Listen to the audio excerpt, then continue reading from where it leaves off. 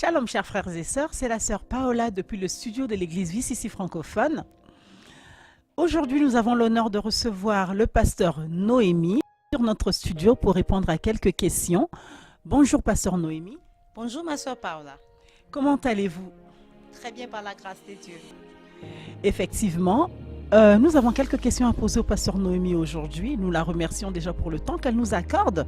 Pasteur Noémie, nous venons de voir un spot publicitaire où vous invitez les gens à la nuit de la traversée. La nuit de la traversée. Est-ce que vous pouvez nous dire quelques mots sur cette appellation-là? Pourquoi est-ce que vous avez rebaptisé la nuit du Nouvel An, la nuit de la traversée? Justement parce que c'est une traversée. Donc nous quittons l'année 2018 et nous entamons l'année 2019. C'est un passage, c'est une transition. Voilà pourquoi cette appellation nuit de traversée. Merci beaucoup pour votre réponse. Chers frères et sœurs dans le Seigneur, vous venez d'entendre le pasteur Noémie. Elle dit que la nuit de la traversée est un passage de l'année 2018 à l'année 2019. Pasteur Noémie, que pourrez-vous nous dire, donc que pourrez-vous me dire, moi en tant que chrétienne, par rapport à cela? La traversée pour moi en tant que chrétien, qu'est-ce que ça me dit? Justement, la traversée, elle est très importante parce que comme je disais, nous finissons une année, donc 2018, et nous entamons une autre. Et Dieu aime beaucoup la fin d'une chose. La Bible même le dit, que la fin vaut mieux que les commencements. Donc nous voulons finir notre année avec Dieu. Et aussi, nous voyons que dans la Bible, Dieu a demandé aux enfants d'Israël d'amener tout le temps les prémices de leurs produits, les prémices de leur bétail, les prémices de leur sémailles, parce qu'il veut faire partie de leur vie de les commencements. Et dans la traversée, nous venons commencer 2019, donc nous venons offrir à Dieu les premières minutes de 2019. C'est pourquoi elle est très importante pour un chrétien. Merci beaucoup pour la réponse. Chers frères et sœurs, je pense que vous l'avez compris comme moi, il est très important d'offrir les dernières minutes et les premières minutes de l'année au Seigneur. Comme elle l'a dit, Dieu a fait partie de notre vie au commencement, de la naissance jusqu'au dernier jour, il nous accompagne. Merci encore pour cette réponse, c'est très édifiant.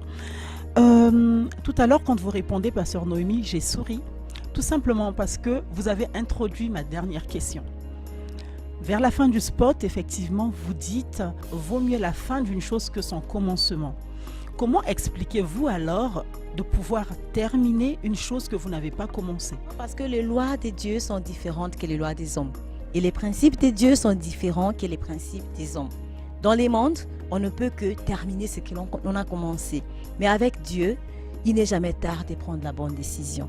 Peut-être que vous n'avez pas commencé l'année dans la présence du Seigneur, mais venez quand même vous joindre à nous. Peut-être que vous avez réellement commencé dans la présence du Seigneur et que vous vous êtes lâché au cours de l'année, mais il n'est jamais tard avec Dieu pour prendre la bonne décision.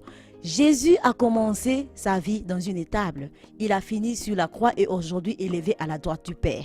Donc justement, la fin d'une chose vaut réellement mieux que son commencement. Venez vous joindre à nous et venez passer les premières minutes de votre vie dans la présence du Seigneur. Vous ne serez pas déçus. Merci beaucoup. Eh bien, moi, je dis déjà applaudissements. Bravo, c'était une super bonne réponse. Jésus a commencé sa vie dans une étable. Il a fini sa vie sur terre, sur une croix, et aujourd'hui, il est élevé à la droite du Père. Magnifique la réponse. Merci beaucoup, pasteur Noémie, pour le temps que vous avez accordé. Peut-être que vous avez quelques petits mots à passer, quelques petits détails concernant cette invitation, l'adresse, ce qui sera au rendez-vous, le programme, peut-être qu'il y aura des surprises. Qu'est-ce que vous nous dites? Mon dernier mot, je l'adresse à tous ceux-là qui n'ont jamais expérimenté une nuit de traversée. Venez, vous allez découvrir quelque chose de nouveau. Si tu ne sais pas où passer cette nuit du 31 décembre, nous serons là à Bamgassé, 74, donc dans le 3e arrondissement. Viens, tu vas passer des moments formidables. Il y aura des chants, il y aura de louanges, il y aura de l'adoration, il y aura des témoignages et nous aurons même un invité spécial qui va nous venir de Paris. Donc viens, ne manque pas.